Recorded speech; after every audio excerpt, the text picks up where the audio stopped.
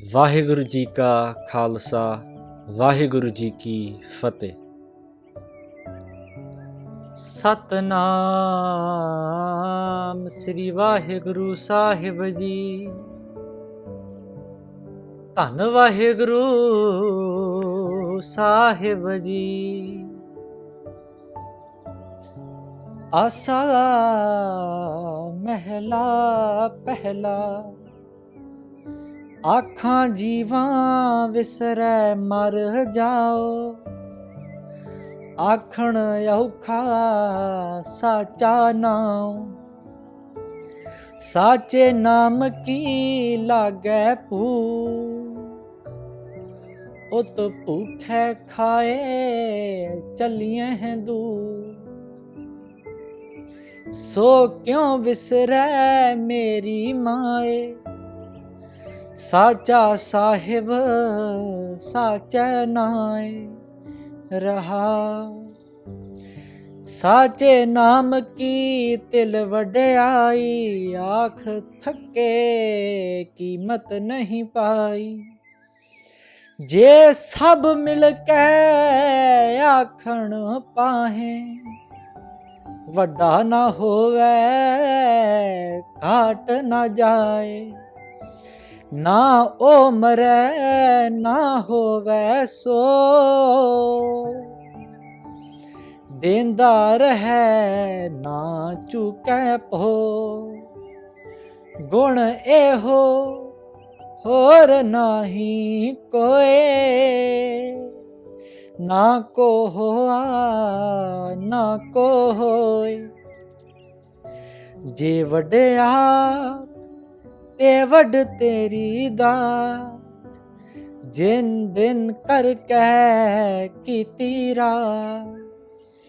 ਖਸਮ ਵਸਾਰੈ ਤੇ ਕਮ ਜਾ, ਨਾਨਕ ਨਾਵੈ ਬਾਜ ਸੁਨਾ। ਖਸਮ ਵਸਾਰੈ ਤੇ ਕਮ ਜਾ, ਨਾਨਕ ਨਾਵੈ ਬਾਜ ਸੁਨਾ। ਸੋ ਆਪਾਂ ਸਾਰਿਆਂ ਨੇ ਬੜੇ ਪਿਆਰ ਅਤੇ ਟਿਕਾ ਦੇ ਨਾਲ ਬੈਠ ਕੇ ਸੋਦਰ ਦੀ ਬਾਣੀ ਦਾ ਦੂਸਰਾ ਸ਼ਬਦ ਸਰਵਣ ਕੀਤਾ ਹੈ। ਆਓ ਇਸ ਸ਼ਬਦ ਨੂੰ ਸਮਝਣ ਦੀ ਕੋਸ਼ਿਸ਼ ਕਰੀਏ ਕਿ ਪਾਤਸ਼ਾਹ ਸਾਨੂੰ ਕੀ ਸਮਝਾਉਣਾ ਚਾਹੁੰਦੇ ਹਨ। We have just listened to the part of the second shabad that we read when we do the Bani of Sodar, better known as Rehra Sahib. So let us try to understand what Guru Pasha is explaining to us in this Shabad. And as we discussed in the previous video, the main message in every Shabad is the Rahau lines. Rahau ਵਾਲੀਆਂ ਪੰਕਤੀਆਂ ਨੂੰ ਸਮਝਣਾ ਬਹੁਤ ਜ਼ਰੂਰੀ ਹੈ, ਕਿਉਂਕਿ ਜਦੋਂ ਰਹਾਉ ਵਾਲੀਆਂ ਪੰਕਤੀਆਂ ਨੂੰ ਅਸੀਂ ਸਮਝਦੇ ਹਾਂ ਤਾਂ ਬਾਕੀ ਸ਼ਬਦ ਨੂੰ ਸਮਝਣਾ ਬੜਾ ਸੌਖਾ ਹੋ ਜਾਂਦਾ ਹੈ। So in this Shabad, the ਰਹਾਉ ਵਾਲੀਆਂ ਪੰਕਤੀਆਂ ਔਰ ਸੋ ਕਿਉਂ ਵਿਸਰੇ ਮੇਰੀ ਮਾਏ, Sacha Sahib Sacha Nai. How can I forget that system of nature? Because wherever I look around me, I see that system is present within each and every being. I see it working within myself on a daily basis. ਕਹਿੰਦੇ ਨੇ ਮੈਂ ਉਸ ਰੱਬ ਨੂੰ, ਮੈਂ ਉਸ ਵਿਧਾਨ ਨੂੰ, ਮੈਂ ਉਸ law of nature ਨੂੰ ਕਿਵੇਂ ਭੁਲਾ ਸਕਦਾ? ਜਿੱਧਰ ਮੈਂ ਵੇਖਦਾ ਹਾਂ ਉਧਰ ਮੈਨੂੰ ਉਹ ਕੰਮ ਕਰਦਾ ਨਜ਼ਰ ਆਉਂਦਾ ਹੈ। ਮੈਂ ਆਪਣੇ ਆਪ ਵੱਲ ਵੇਖਦਾ ਹਾਂ ਉਧਰ ਵੀ ਮੈਨੂੰ ਕੰਮ ਕਰਦਾ ਉਹ ਨਜ਼ਰ ਆਉਂਦਾ ਹੈ।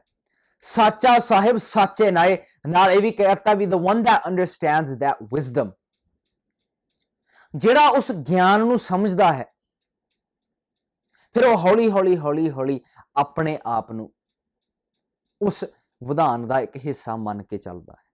The one that understands that wisdom, he comes to this realization that I am also a part of that system.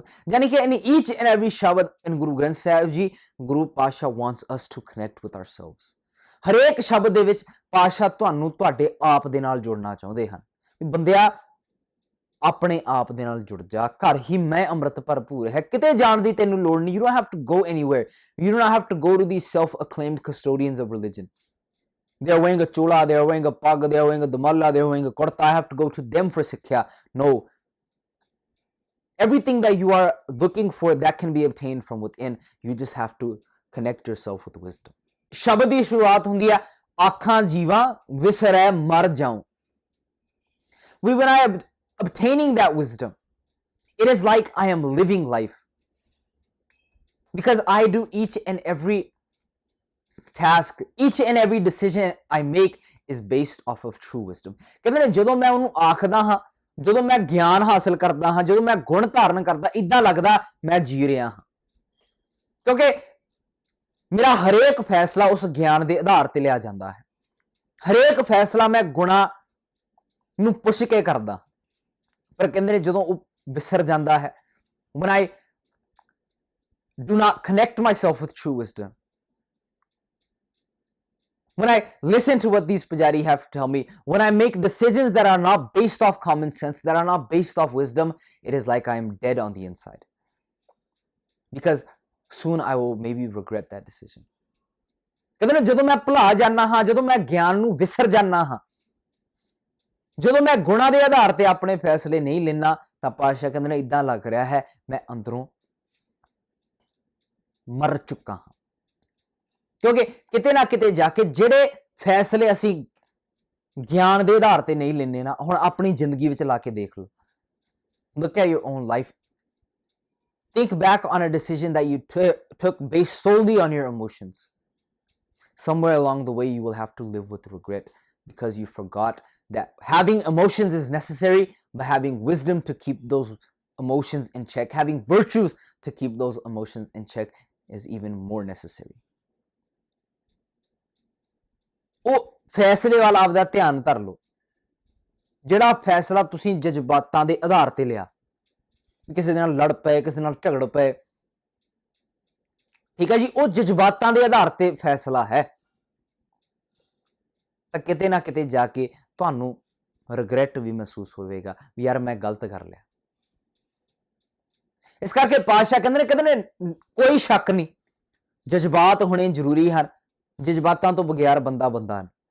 ਜਜ਼ਬਾਤ ਹੋਣੇ ਜ਼ਰੂਰੀ ਹਨ, ਪਰ ਜਜ਼ਬਾਤਾਂ ਨਾਲੋਂ ਜ਼ਰੂਰੀ ਉਹ ਗਿਆਨ ਹੈ, ਉਹ ਗੁਣ ਹਨ, ਜਿਹੜੇ ਗੁਣ, ਜਿਹੜਾ ਗਿਆਨ ਉਹਨਾਂ ਜਜ਼ਬਾਤਾਂ ਨੂੰ ਕੰਟਰੋਲ ਵਿੱਚ ਰੱਖਦੇ ਹਨ।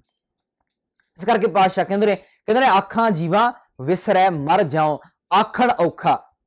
This is what is difficult. It is not difficult to chant God's name. Vaheguru, Vaheguru, Ram, Ram, Allah, Allah. How hard is that? A thief can do that. A murderer can do that. A robber can do that. People living so closely to Guru Granth Sahib Ji, how many stories have we heard that they have been caught stealing from the Gurdwara, they have been caught stealing from the Sangat, they have been caught doing these bad deeds. Why? Because it is not difficult to utter God's name. It is not difficult to do part physically. What is difficult is bringing that wisdom in your life. What is difficult is keeping your emotions in check. ਕਹਿੰਦੇ ਨੇ ਆਹ ਨਾਮ ਜਪਣਾ ਥੋੜਾ ਔਖਾ, ਵੀ ਕਿਤੇ ਕਮਰੇ ਵਿੱਚ ਬੈਠ ਕੇ ਤੁਸੀਂ ਵਾਹਿਗੁਰੂ ਵਾਹਿਗੁਰੂ ਦਾ ਸਿਮਰਨ ਕਰਦੇ ਆ, ਰਾਮ ਰਾਮ ਕਰਦੇ ਆ, ਅੱਲਾ ਅੱਲਾ ਕਰਦੇ ਆ। ਇੱਥੋਂ ਤੱਕ ਕਿੰਨੇ ਲੋਕ ਹਨ ਜਿਹੜੇ ਗੁਰਦੁਆਰਿਆਂ ਵਿੱਚ ਰਹਿ ਰਹੇ ਹਨ, ਗੁਰੂ ਗ੍ਰੰਥ ਸਾਹਿਬ ਮਹਾਰਾਜ ਦਾ ਪ੍ਰਕਾਸ਼ ਵੀ ਕਰਦੇ ਆ, ਸੁਖਾਸਣ ਵੀ ਕਰਦੇ ਹਨ, ਪਰ ਉਹ ਵੀ ਚੋਰੀ ਕਰਦੇ ਫੜੇ ਗਏ, ਉਹ ਵੀ ਗਲਤ ਕੰਮ ਕਰਦੇ ਫੜੇ ਗਏ। ਕਿਉਂ? ਕਿਉਂਕਿ ਜ਼ੁਬਾਨੀ ਕਲਾਮੀ ਪੜ੍ਹਿਆ, ਸਮਝਣ ਲਈ ਨਹੀਂ ਪੜ੍ਹਿਆ, ਗਿਆਨ ਨਹੀਂ ਹਾਸਲ ਕੀਤਾ, ਜਜ਼ਬਾਤਾਂ ਨੂੰ ਕੰਟਰੋਲ ਨਹੀਂ ਕੀਤਾ। ਆਇਆ ਨਾਮ ਜਿਹੜਾ ਆਖਣਾ ਔਖਾ ਹੈ, ਜਿਹੜਾ ਜਪਣਾ ਔਖਾ ਹੈ, ਜਿਹਨੂੰ ਜਪਣ ਦੇ ਨਾਲ ਤਵੀਆਂ ਤੇ ਵੀ ਬਹਿਣਾ ਪੈਂਦਾ, ਜਿਹਨੂੰ ਜਪਣ ਦੇ ਨਾਲ ਚਾਂਦਨੀ ਚੌਂਕ ਦੇ ਵਿੱਚ ਵੀ ਸ਼ਹੀਦੀ ਦੇਣੀ ਪੈਂਦੀ ਹੈ। This is the real naam. This is the wisdom that is hard to obtain. This is the wisdom that is hard to live your life based off of that wisdom. It is very difficult to not make decisions based on your emotions. But Guru Pasha says that you will never live with regret. Even if you have to sit on the Tatti Tavi, even if you have to face Aurangzeb in the Chandni Chowk in Delhi, you will know that you are living your best life. Why? Because you are obtaining that wisdom that is so difficult for the rest of the world to obtain. That is why everyone is looking for an easy way out. ਹਰੇਕ ਬੰਦਾ ਸੌਖਾ ਰਸਤਾ ਭਾਲ ਰਿਹਾ ਹੈ। ਮੈਂ ਗਿਆਨ ਦੇ ਆਧਾਰ ਤੇ ਨਹੀਂ ਫੈਸਲੇ ਲੈਣਾ ਚਾਹੁੰਦਾ, ਪਰ ਧਰਮੀ ਦਿਖਣ ਵਾਸਤੇ, ਲੋਕਾਂ ਨੂੰ ਦੱਸਣ ਵਾਸਤੇ ਮੈਂ ਬੜਾ ਧਰਮੀ ਆ ਜੀ। ਕੋਈ ਕਿਤੇ ਨਹਾ ਰਿਹਾ ਆ, ਕੋਈ ਕਿਤੇ ਕਰਮਕਾਂਡ ਜਾ ਕੇ ਕਰ ਰਿਹਾ ਆ, ਕੋਈ ਨਾਮ ਜਪ ਰਿਹਾ ਹੈ, ਕੋਈ ਸਮਾਧੀਆਂ ਲਾ ਕੇ ਬੈਠਾ ਹੈ, ਪਰ ਕਹਿੰਦੇ ਨੇ ਨਹੀਂ, ਆਇਆ ਜਿਹੜਾ ਨਾਮ ਜਪਣਾ ਔਖਾ ਹੈ, ਗਿਆਨ ਦੇ ਆਧਾਰ ਤੇ ਜੀਣਾ ਬੜਾ ਔਖਾ ਹੈ। ਆਖਾਂ ਜੀਵਾਂ ਵਿਸਰੈ ਮਰ ਜਾਓ, ਆਖਣ ਔਖਾ ਸਾਚਾ ਨਾਉ। ਸਾਚੇ ਨਾਮ ਕੀ ਲਾਗੈ ਭੂਖ, ਉਤ ਭੁਖੈ ਖਾ ਚੱਲੀਏ ਦੁੱਖ। But the one who connects himself with that true wisdom, ਕਹਿੰਦੇ ਨੇ ਜਿਹੜਾ ਉਸ ਨਾਮ ਦੇ ਨਾਲ ਜੁੜ ਜਾਂਦਾ, ਜਿਹੜਾ ਗਿਆਨ ਦੇ ਨਾਲ ਜੁੜ ਜਾ, ਇੱਕ ਵਾਰ ਜੁੜ ਜਾਏ, ਸਾਚੇ ਨਾਮ ਕੀ ਲਾਗੈ ਭੂਖ, ਉਤ ਭੁਖੈ ਖਾ ਚੱਲੀਏ ਦੁੱਖ। When he obtains that wisdom, ਇੱਕ ਵਾਰ ਲੱਗਣ ਲੱਗ ਪਈ, ਉਹ ਗਿਆਨ ਹਾਸਲ ਕਰ ਲਿਆ, ਗੁਣ ਧਾਰਨ ਕਰ ਲਏ, ਤਾਂ ਕਹਿੰਦੇ ਨੇ ਤੁਹਾਡੇ ਦੁੱਖ ਵੀ ਦੂਰ ਹੋ ਜਾਣਗੇ। ਭਾਵ ਤੁਹਾਡੇ ਜਿਹੜੇ ਰੋਗ ਚਿੰਬੜੇ ਆ, ਤੁਹਾਨੂੰ ਕਾਮ, ਕ੍ਰੋਧ, ਲੋਭ, ਮੋਹ, ਹੰਕਾਰ, ਉਹਨਾਂ ਨੂੰ ਤੁਸੀਂ ਕੰਟਰੋਲ ਵਿੱਚ ਲਿਆਓਗੇ। That pain departs from your life when you bring wisdom in your life. What does that mean? It means that the vices that were controlling your decisions, now you brought wisdom, now you brought virtues, you are learning to control those vices. ਸਾਚੇ ਨਾਮ ਕੀ ਲਾਗੈ ਭੂਖ, ਉਤ ਭੁਖੈ ਖਾ ਚੱਲੀਏ ਦੁੱਖ। ਕਹਿੰਦੇ ਨੇ ਸੋ ਕਿਉ ਵਿਸਰੈ ਮੇਰੀ ਮਾਈ, ਸਾਚਾ ਸਾਹਿਬ ਸਾਚੇ ਨਾਏ ਰਹਾਓ। ਸਾਚੇ ਨਾਮ ਕੀ ਤਿਲ ਵਡਿਆਈ, ਆਖ ਥੱਕੇ ਕੀਮਤ ਨਹੀਂ ਪਾਈ। Now Guru Pasha says that the people of the world, what did they do? They made up their own God and they made a name for that God. Some say Ram Ram, some say Allah Allah, some say God. ਕਹਿੰਦੇ ਦੁਨੀਆ ਨੇ ਕੀ ਕੀਤਾ? ਦੁਨੀਆ ਨੇ ਇੱਕ ਰੱਬ ਘੜ ਲਿਆ ਤੇ ਉਹਦਾ ਨਾਮ ਇੱਕ ਘੜ ਲਿਆ ਵੀ ਆ ਉਹਦਾ ਨਾਮ ਹੈ, ਤੇ ਉਹਨੂੰ ਕਹਿਣ ਲੱਗ ਪਏ ਕਿ ਆ ਸੱਚਾ ਨਾਮ ਹੈ, this is the true name. ਸਾਚੇ ਨਾਮ ਕੀ ਤਿਲ ਵਡਿਆਈ, ਆਖ ਥੱਕੇ ਕੀਮਤ ਨਹੀਂ ਪਾਈ। They have been chanting that name for generations. They have been doing religious rituals for generations, but they have not understood that system. They have not understood true wisdom. ਕਹਿੰਦੇ ਨੇ ਪੀੜ੍ਹੀਆਂ ਤੋਂ ਇਹ ਕਰਮਕਾਂਡ ਕਰਦੇ ਆ ਰਹੇ ਆ, ਉਸ ਨਾਮ ਨੂੰ ਜਪਦੇ ਆ ਰਹੇ ਆ, ਪਰ ਉਸ ਗਿਆਨ ਤੱਕ ਨਹੀਂ ਪਹੁੰਚੇ ਜਿਹਦੇ ਗਿਆਨ ਬਾਰੇ ਭਗਤ ਕਬੀਰ ਜੀ ਵਰਗੇ ਕਹਿੰਦੇ ਨੇ ਨਾ ਵੀ ਕਹੋ ਕਬੀਰ ਮੈਂ ਸੋ ਗੁਰ ਪਾਇਓ, ਜਾਂ ਕਾ ਨਾਉ ਬਵੇਕੋ, ਚੰਗੇ ਮਾੜੇ ਕੰਮ ਦੀ ਉਹਨਾਂ ਨੂੰ ਪਰਖ ਨਹੀਂ ਆਈ। ਕਿਉਂਕਿ ਬੰਦਿਆਂ ਵਾਂਗ ਨਹੀਂ ਜ਼ਿੰਦਗੀ ਜੀ, ਸੌਖਾ ਰਸਤਾ ਭਾਲਿਆ। ਹਰੇਕ ਇਨਸਾਨ ਨੇ ਸੌਖਾ ਰਸਤਾ ਲੱਭਿਆ, ਤਾਂ ਸਭ ਤੋਂ ਸੌਖਾ ਰਸਤਾ ਇਹ ਹੈ ਧਰਮ ਦੀ ਵਰਤੀ ਪਾ ਲਓ। ਲੋਕਾਂ ਨੇ ਨਹੀਂ ਪੁੱਛਣਾ ਤੁਹਾਨੂੰ। ਪਰ ਹੁਣ ਜ਼ਮਾਨਾ ਬਦਲ ਗਿਆ, ਹੁਣ ਅਸੀਂ ਸਵਾਲ ਕਰਦੇ ਰਹਾਂਗੇ ਇਹਨਾਂ ਨੂੰ। ਯਾਰ ਗੁਰੂ ਗ੍ਰੰਥ ਸਾਹਿਬ ਜੀ ਦੀ ਬਾਣੀ ਹੋਰ ਕੁਝ ਕਹਿੰਦੀ ਹੈ, Guru Granth Sahib ji says something else, and why are you guys doing something? Who gave you the right to do those rituals? Who gave you the right to twist what our Guru Pasha did so you can fulfill your own agenda? We will ask these questions today. ਗੁਰੂ ਪਾਸ਼ਾ ਕਹਿੰਦੇ ਨੇ ਸਾਚੇ ਨਾਮ ਕੀ ਤਿਲ ਵਡਿਆਈ, ਆਖ ਥੱਕੇ ਕੀਮਤ ਨਹੀਂ ਪਾਈ। ਨਾਲੇ ਵੀ कहता ਕਹਿੰਦੇ ਨੇ ਜੇ ਸਭ ਮਿਲ ਕੇ ਆਖਣ ਪਾਹੇ, if the whole world was to come together and start singing God's praises, ਕਹਿੰਦੇ ਨੇ ਸਾਰੇ ਜਾਣੇ ਰਲ ਕੇ ਰੱਬ ਦੇ ਗੁਣ ਗਾਉਣ ਲੱਗ ਪਓ ਵੀ ਅਸੀਂ ਰੱਬ ਦੇ ਗੁਣ ਗਾਵਾਂਗੇ ਜੀ, ਅਸੀਂ ਸਿਫਤਾਂ ਕਰਾਂਗੇ ਜੀ। ਜੇ ਸਭ ਮਿਲ ਕੇ ਆਖਣ ਪਾਹੇ, ਵੱਡਾ ਨਾ ਹੋਵੇ ਘਾਟ ਨਾ ਜਾਹੇ। But that God will not listen to your prayers. ਕਹਿੰਦੇ ਜਿਸ ਰੱਬ ਨੂੰ ਮੈਂ ਮੰਨਦਾ ਨਾ, ਉਹ ਕਿਸੇ ਦੀ ਏਦਾਂ ਅਰਦਾਸ ਨਹੀਂ ਸੁਣਦਾ ਵੀ ਤੁਸੀਂ ਉਹਨੂੰ ਖਰੀਦ ਸਕਦੇ ਹੋ। ਵੱਡਾ ਨਾ ਹੋਵੇ, ਨਾ ਉਹ ਵੱਡਾ ਹੁੰਦਾ ਹੈ, ਨਾ ਉਹ ਕਿਸੇ ਦੇ ਕਹਿਣ ਦੇ ਨਾਲ ਘਟਦਾ ਹੈ। ਵੱਡਾ ਨਾ ਹੋਵੇ ਘਾਟ ਨਾ ਜਾਏ, because that law of nature is stable. It is set. It does not listen to our prayers. What you put in, you will receive. Ardas is something we do for ourselves. Ardas is self-motivation ਕਹਿ ਲਓ। It guides you on the right path, but when you are on that path, each and every step you take, you are responsible for it. ਅਰਦਾਸ motivate ਤੁਹਾਨੂੰ ਜ਼ਰੂਰ ਕਰਦੀ ਹੈ, ਸਹੀ ਰਸਤੇ ਤੇ ਜ਼ਰੂਰ ਪਾ ਸਕਦੀ ਹੈ, ਪਰ ਉਸ ਰਸਤੇ ਤੇ ਜਦੋਂ ਤੁਸੀਂ ਤੁਰਦੇ ਆ ਨਾ, ਹਰੇਕ ਕਦਮ ਦੀ ਜ਼ਿੰਮੇਵਾਰੀ ਤੁਹਾਡੀ ਹੈ। ਇਸ ਕਰਕੇ ਪਾਤਸ਼ਾਹ ਕਹਿੰਦੇ ਨੇ ਜੇ ਇਸ ਰਸਤੇ ਤੇ ਤੁਰਨਾ ਨਾ, ਜੋ ਤੋ ਪ੍ਰੇਮ ਖੇਲਣ ਕਾ ਚਾਓ, ਸਿਰ ਧਰ ਤਲੀ ਗਲੀ ਮੇਰੀ ਆਓ, ਇਤ ਮਾਰਗ ਪੈਰ ਧਰੀਜੈ, ਸਿਰ ਦੀਜੈ ਕਾਣ ਨਾ ਕੀਜੈ। ਇਸ ਕਰਕੇ ਪਾਤਸ਼ਾਹ ਕਹਿੰਦੇ ਨੇ ਵੀ ਜੇ ਸਭ ਮਿਲ ਕੇ ਆਖਣ ਪਾਹੇ, ਵੱਡਾ ਨਾ ਹੋਵੇ ਘਾਟ ਨਾ ਜਾਹੇ, ਨਾ ਉਹ ਮਰੈ ਨਾ ਹੋਵੇ ਸੋਗ। That system of nature does not go anywhere. ਉਹ ਵਿਧਾਨ ਕਿਤੇ ਜਾਂਦਾ ਨਹੀਂ। ਨਾ ਉਹ ਮਰੇ ਨਾ ਹੋਵੇ ਸੋਗ, ਦੇਂਦਾ ਰਹੇ ਨਾ ਚੁੱਕੇ ਭੋਗ। That system of nature, it gives and it gives and it gives। ਕਹਿੰਦੇ ਨੇ ਉਹ ਵਿਧਾਨ ਦੇਈ ਜਾਂਦਾ ਤੇ ਅਸੀਂ ਦਾਤਾ ਲੈਨੇ ਥੱਕ ਜਾਂਦੇ ਹਾਂ। ਦੇਂਦਾ ਰਹੇ ਨਾ ਚੁੱਕੇ ਭੋਗ, ਗੁਣ ਇਹੋ ਹੋਰ ਨਹੀਂ ਕੋਈ, ਨਾ ਕੋ ਹੋਆ ਨਾ ਕੋ ਹੋਏ। ਆ ਉਹਦਾ ਗੁਣ ਹੈ, ਆ ਉਹਦੀ ਵਿਲੱਖਣਤਾ ਹੈ। This is the beauty in connecting yourself with that system of nature, because no one can compare to what that system is already doing for us। ਕਹਿੰਦੇ ਨੇ ਕੋਈ ਜਾਣਾ ਉਹਦੇ ਵਰਗਾ ਨਹੀਂ ਹੋ ਸਕਦਾ, ਪੁਜਾਰੀ ਵਾਲਾ ਰੱਬ ਵੀ ਉਹਦੇ ਵਰਗਾ ਨਹੀਂ ਹੋ ਸਕਦਾ। Even the ਪੁਜਾਰੀ God, the God that is the imagination of a religious custodian, somewhere along the way that God will even have imperfections। ਕਿਤੇ ਨਾ ਕਿਤੇ ਜਾ ਕੇ ਉਸ ਪੁਜਾਰੀ ਵਾਲੇ ਰੱਬ ਦੇ ਵਿੱਚ ਉਹ ਐਬ ਹੋਣਗੇ ਜਿਹੜੇ ਮਨੁੱਖ ਦੇ ਵਿੱਚ ਹਨ। ਆਪਾਂ ਸੁਣਦੇ ਨਹੀਂ ਸਾਖੀਆਂ ਵੀ ਰੱਬ ਗੁੱਸੇ ਆ ਜੀ, ਰੱਬ ਇਦਾਂ ਆ ਜੀ, ਰੱਬ ਉਦਾਂ ਆ ਜੀ। ਇਹ ਗੁਰੂ ਗ੍ਰੰਥ ਸਾਹਿਬ ਜੀ ਦੀ ਫਿਲਾਸਫੀ ਨਹੀਂ। The stories that we hear, God cursed that person, God did this, God did that, God was mad at the world so he did this. That philosophy is not in Guru Granth Sahib Ji.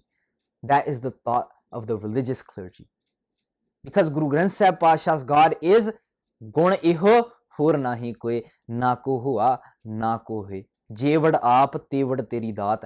ਵੀ ਜਿੱਡਾ ਵੱਡਾ ਉਹ ਵਿਧਾਨ ਹੈ, ਜਿੱਡਾ ਵੱਡਾ ਉਹਦਾ ਪਸਾਰਾ ਹੈ, ਉੱਡਾ ਹੀ ਵੱਡਾ ਉਹਦਾ ਗਿਆਨ ਹੈ ਜਿਹੜਾ ਉਹਨਾਂ ਨਿਯਮਾਂ ਦੇ ਨਾਲ ਸੰਬੰਧਿਤ ਹੈ। ਵੀ however big, however expansive that system of nature is, that is how expansive the wisdom that is connected to that system of nature is. So what should we do? Should we worship it? Balle, balle, balle, so much wisdom, so much wisdom.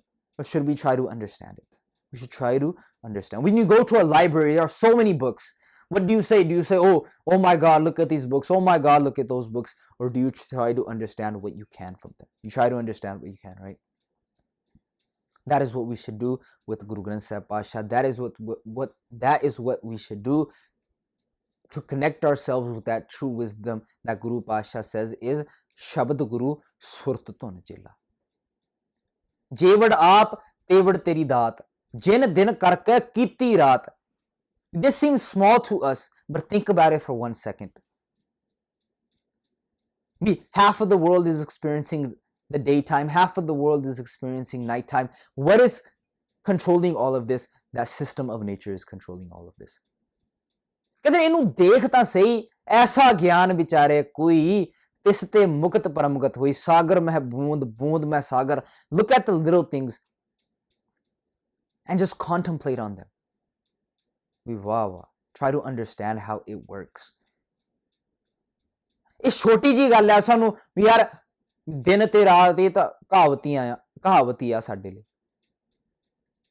ਪਰ ਨਹੀਂ, ਇਹਨੂੰ ਸਮਝਣ ਦੀ ਕੋਸ਼ਿਸ਼ ਕਰੋ ਵੀ ਦਿਨ ਮਹਿ ਰਹਿਣ ਮੈਂ ਦਿਨੀਅਰ, ਉਸਨ ਸੀਤ ਬਿਦ ਸੋਈ, ਤਾਂ ਕਿ ਗਤਮਿਤ ਅਵਰ ਨਾ ਜਾਣੇ, ਗੁਰਬਿਨ ਸਮਝ ਨਾ ਹੋਈ। ਇਹਨੂੰ ਸਮਝਣ ਦੀ ਕੋਸ਼ਿਸ਼ ਕਰੋ। ਜੇਵੜ ਆਪ ਤੇਵੜ ਤੇਰੀ ਦਾਤ, ਜਿਨ ਦਿਨ ਕਰਕੇ ਕੀਤੀ ਰਾਤ। ਖਸਮ ਵਿਸਾਰੇ, ਜਿਹੜੇ ਸੱਚ ਦੇ ਨਾਲ ਟੁੱਟ ਜਾਂਦੇ ਆ ਨਾ, the ones that forget the truth, the ones that disconnect themselves from the truth, the ones that do not understand what is right in front of them and instead do rituals in the name of religion. Guru Sahib ji ਕਹਿੰਦੇ ਨੇ ਜੇਵੜ ਆਪ ਤੇਵੜ ਤੇਰੀ ਦਾਤ, ਜਿਨ ਦਿਨ ਕਰਕੇ ਕੀਤੀ ਰਾਤ। ਖਸਮ ਵਿਸਾਰੇ ਤੇ ਕਮਜਾਤ, ਕਹਿੰਦੇ ਨੇ ਉਹ ਅਸਲ ਦੇ ਵਿੱਚ ਕਮਜਾਤ ਹਨ। ਭਾਵ ਉਹ ਅਸਲ ਦੇ ਵਿੱਚ, ਜਿੱਦਾਂ ਬ੍ਰਾਹਮਣ ਪੁਜਾਰੀ ਕਹਿੰਦਾ ਸੀ ਨਾ ਵੀ ਜਨਮ ਕਰਕੇ ਬੰਦਾ ਨੀਵੀਆਂ ਜਾਤਾਂ ਦੇ ਵਿੱਚ ਚੱਲਦਾ ਹੈ। Like the pujari used to say, because you were born in that jat, you were born in that caste, you are low. Pasha says no one is low because of their birth. Your actions will determine whether you will be put on a high pedestal or whether you will be considered lowly. ਕਹਿੰਦੇ ਜਨਮ ਕਰਕੇ ਕੋਈ ਜਾਣਾ ਉੱਚਾ ਨੀਵਾਂ ਨਹੀਂ, ਤੁਹਾਡਿਆਂ ਕਰਮਾਂ ਤੇ ਜਾ ਕੇ ਗੱਲ ਨਿਬੜਦੀ ਹੈ। ਕੌਣ ਉੱਚਾ ਸੀ ਤੇ ਕਿਹਨੇ ਨੀਵੇਂ ਕੰਮ ਕੀਤੇ, ਕਿਹਨੇ ਉਸਾਰੂ ਕੰਮ ਕੀਤੇ ਸਮਾਜ ਲਈ, ਤਾਂ ਕਿਹਨੇ ਸਮਾਜ ਦਾ ਬੇੜਾ ਬਿਠਾਇਆ। ਇਹ ਤੁਹਾਡੇ ਕਰਮ ਦੱਸਣਗੇ, ਤੁਹਾਡੇ ਕੰਮ ਦੱਸਣਗੇ। ਖਸਮ ਵਿਸਾਰਹਿ ਤੇ ਕਮਜਾਤ, ਨਾਨਕ ਨਾਵੈ ਬਾਜ ਸੁਨਾਤ। Those people look scary. ਜਦੋਂ ਆਪਾਂ ਬਾਣੀ ਵਿੱਚ ਪੜ੍ਹਦੇ ਹਾਂ, ਤਿਨਾ ਮੁਖ ਡਰਾਵਣੇ ਜਿਨ੍ਹਾਂ ਵਿਸਾਰਿਓ ਨਾਉ, those people are the ones who scare me, who forget true wisdom, because if they do not have true wisdom, if they do not have virtues to keep their emotions in check, then they will only base their decisions off of their emotions, and the one who bases his decisions off emotions can be a very unstable person for society. ਕਹਿੰਦੇ ਨੇ ਜਿਹੜਾ ਬੰਦਾ ਗਿਆਨ ਤੋਂ ਸਖਣਾ ਹੈ, ਗਿਆਨ ਤੋਂ ਵਿਹੂਣਾ ਹੈ, ਪਾਤਸ਼ਾਹ ਕਹਿੰਦੇ ਨੇ ਉਸ ਇਨਸਾਨ ਤੋਂ ਡਰ ਲੱਗਣਾ ਚਾਹੀਦਾ ਹੈ, ਕਿਉਂਕਿ ਨਾ ਉਹਨੇ ਗਿਆਨ ਹਾਸਲ ਕਰਨਾ ਹੈ, ਨਾ ਉਹਨੇ ਗੁਣਾਂ ਨੂੰ ਜ਼ਿੰਦਗੀ ਵਿੱਚ ਧਾਰਨ ਕਰਨਾ ਹੈ। ਹਰੇਕ ਉਹਦਾ ਕੰਮ ਉਹਦੀਆਂ ਜਜ਼ਬਾਤਾਂ ਦੇ ਆਧਾਰ ਤੇ ਹੋਵੇਗਾ। ਤਾਂ ਜਿਹੜਾ ਬੰਦਾ ਕੇਵਲ ਜਜ਼ਬਾਤਾਂ ਦੇ ਆਧਾਰ ਤੇ ਕਦਮ ਚੱਕਦਾ ਹੈ, ਪਾਤਸ਼ਾਹ ਕਹਿੰਦੇ ਨੇ ਉਹ ਬੰਦਾ ਸਮਾਜ ਲਈ ਬੜਾ ਖਤਰਨਾਕ ਹੁੰਦਾ ਹੈ। ਗਿਆਨ ਹੋਣਾ ਜ਼ਰੂਰੀ ਹੈ, ਜਜ਼ਬਾਤਾਂ ਹੋਣੀਆਂ ਜ਼ਰੂਰੀ ਹਨ, ਪਰ ਜਜ਼ਬਾਤਾਂ ਨਾਲੋਂ ਵੀ ਜ਼ਰੂਰੀ ਗਿਆਨ ਹੈ, ਜਜ਼ਬਾਤਾਂ ਨਾਲੋਂ ਵੀ ਜ਼ਰੂਰੀ ਗੁਣ ਹਨ। ਇਸ ਕਰਕੇ ਪਾਤਸ਼ਾਹ ਕਹਿੰਦੇ ਨੇ ਸੋ ਕਿਉਂ ਵਿਸਰੇ ਮੇਰੀ ਮਾਏ, ਸਾਚਾ ਸਾਹਿਬ ਸਾਚੇ ਨਾਏ। ਗੱਲ ਉੱਥੇ ਜਾ ਕੇ ਗਿਆਨ ਤੇ ਜਾ ਕੇ ਨਿਬੜਦੀ ਹੈ ਵੀ ਗਿਆਨ ਹੋਣਾ, ਗੁਣ ਹੋਣੇ ਬੰਦੇ ਦੀ ਜ਼ਿੰਦਗੀ ਵਿੱਚ ਬਹੁਤ ਜ਼ਰੂਰੀ ਹਨ। ਆਓ let us read Gurbani, let us understand Gurbani, let us bring Gurbani into our daily lives so that we may live a life full of confidence, a life full of freedom, like our Paatshah and like our forefathers lived before us। ਆਓ ਗੁਰਬਾਣੀ ਪੜ੍ਹ ਕੇ ਵਿਚਾਰ ਕੇ ਆਜ਼ਾਦੀ ਨਾਲ ਆਪਣੇ ਫੈਸਲੇ ਆਪ ਲਈਏ, ਜਿਵੇਂ ਕਿ ਸਾਡੇ ਪਾਤਸ਼ਾਹਾਂ ਨੇ ਲਏ ਸਨ। ਇਹ ਸਮਝਣ ਦੀ ਕੋਸ਼ਿਸ਼ ਕਰੀਏ ਵੀ ਅੱਜ ਦੀ ਡੇਟ ਵਿੱਚ ਸਾਡੀਆਂ ਜ਼ਿੰਮੇਵਾਰੀਆਂ ਕੀ ਹਨ, ਉਹਨਾਂ ਨੂੰ ਨਿਭਾਉਣ ਦੀ ਕੋਸ਼ਿਸ਼ ਕਰੀਏ, ਜਿਵੇਂ ਕਿ ਸਾਡੇ ਪਾਤਸ਼ਾਹਾਂ ਨੇ ਸਮਾਜ ਨੂੰ 500 ਸਾਲ ਪਹਿਲਾਂ ਨਿਭਾ ਕੇ ਵਿਖਾਈਆਂ। ਅੱਜ ਲਈ ਇੰਨੀਆਂ ਕੁ ਬੇਨਤੀਆਂ ਪ੍ਰਵਾਨ ਕਰਨੀਆਂ ਜੀ। ਦਿਓ ਇਜਾਜ਼ਤ, ਬੁਲਾਓ ਫਤਿਹ। ਵਾਹਿਗੁਰੂ ਜੀ ਕਾ ਖਾਲਸਾ, ਵਾਹਿਗੁਰੂ ਜੀ ਕੀ ਫਤਿਹ ਜੀ।